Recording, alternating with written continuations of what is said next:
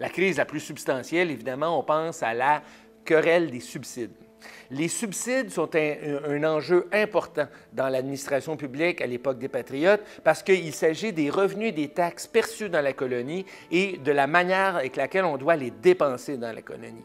Les Britanniques proposent qu'ils soient consacrés à payer les salaires de la clique du château, des hauts salariés qui ne font rien de la journée, qu'on appelle des sinécures ou des bureaucrates.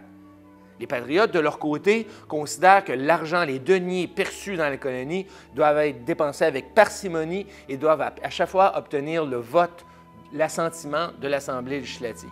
La querelle des subsides va s'étendre sur des décennies. De 1815 environ, sous Sherbrooke, jusqu'à Gosford en 1837, la question des subsides est lancinante et traverse toute l'actualité politique. Or, un grand personnage de notre histoire va se distinguer, va se démarquer durant cette fameuse guerre des subsides. C'est bien Louis-Joseph Papineau qui va y briller de manière éclatante et y montrer toute l'étendue de son talent politique comme négociateur, mais aussi comme leader d'opinion. Donc, les députés, en quelque sorte, qui, eux, préparent les projets de loi qui se font à l'Assemblée législative, n'ont pas, comment je pourrais dire, ne peuvent pas s'assurer que leur projet de loi va passer, va être entériné, parce que le Conseil législatif, souvent, il fonctionne avec les intérêts de l'administration britannique, les intérêts de la petite bourgeoisie britannique commerçante.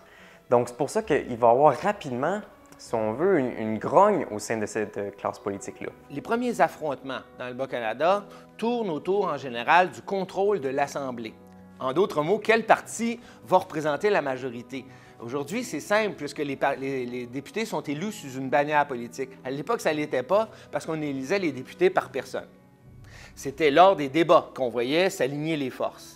Alors, les premiers débats, il y a eu la querelle des prisons en 1806 qui a mené à un affrontement cruel entre le gouverneur et l'Assemblée, mais aussi qui va mener à l'emprisonnement de journalistes, notamment de Pierre Bédard, éditeur du journal Le Canadien en 1810. Ça va être la querelle aussi ensuite contre le gouverneur Craig. Terrible querelle.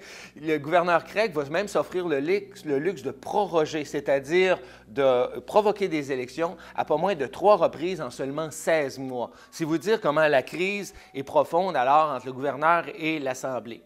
Les crises ensuite vont concerner le rôle de Ezekiel Hart, un député d'origine juive de Trois-Rivières, à propos duquel on ne sait pas quoi faire. Si certains sont prêts à l'admettre, même s'il est de religion juive, d'autres considèrent qu'il ne peut pas être éligible puisqu'il ne peut pas jurer sur la Bible. L'affaire Hart va occuper le terrain pendant plusieurs années. Un autre va être à propos de l'électivité des juges. Est-ce qu'un juge peut être élu comme député? La question peut sembler bien simpliste, mais elle est grave à l'époque, puisque les juges sont souvent des gens payés, parfois même corrompus au Bas-Canada. Alors, est-ce qu'ils peuvent devenir, à titre de députés, juges et partis? En tout cas, les Patriotes s'opposent à ce que les juges puissent être élus. Une autre querelle, bien sûr, probablement la plus importante, va se dérouler en 1822. C'est le fameux projet d'union, mené en secret par une coterie de marchands et d'administrateurs britanniques qui souhaitent noyer la majorité francophone en la fusionnant avec le Haut-Canada peuplé d'anglophones. Clairement, l'objectif est d'assimiler les Canadiens français. Or, il a fallu une forte mobilisation du parti de Louis-Joseph Papineau, des délégations en Angleterre et de nombreuses pétitions pour mettre à bas cet odieux projet destiné à éradiquer le fait français. Puis, les crises vont devenir plus fréquentes et plus dures encore. La plus dure va se dérouler ensuite durant les années 1822-1827 contre le gouverneur Dalhousie.